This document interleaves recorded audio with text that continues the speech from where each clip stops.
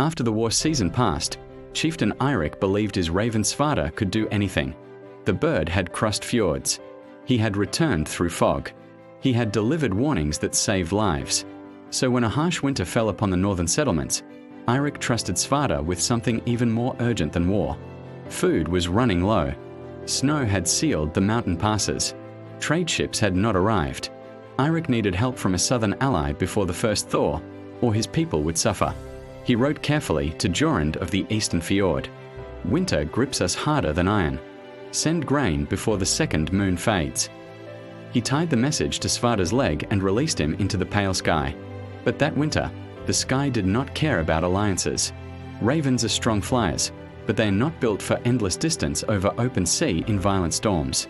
By the second day, winds tore across the fjords. Snow thickened into a white curtain. Even the most intelligent bird cannot outthink a blizzard. Svada did not return in 3 days. Or 5. Eirik began to understand something he had refused to admit. Ravens are clever, but they are not tools. They choose survival over duty.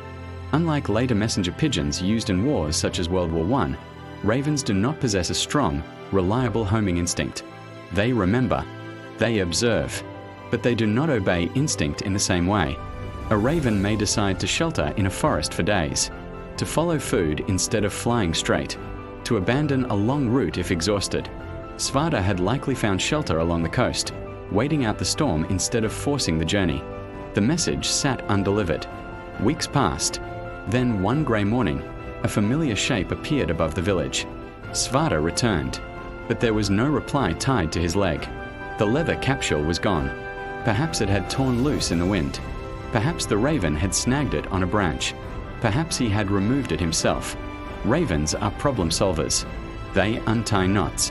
They investigate unfamiliar objects. A parchment tied to the leg is not sacred to a bird. It is merely an irritation. Eirik stood still as Svada landed nearby, feathers dusted with frost. He realized then you cannot command a creature that thinks for itself.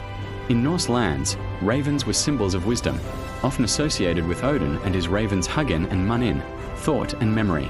But symbol is not system. That is why structured communication networks in later centuries relied on pigeons instead. Pigeons return home. Ravens return when they choose. Eirik did not stop keeping ravens, but he no longer trusted them with matters of survival. From that winter onward, urgent messages were carried by men. Trade agreements were sent by ship. Ravens were kept for watch, warning cries, and companionship. And sometimes, when Svada perched beside him at dusk, Eirik would smile. Because though the raven had failed as a messenger, he had succeeded at what ravens truly are: free.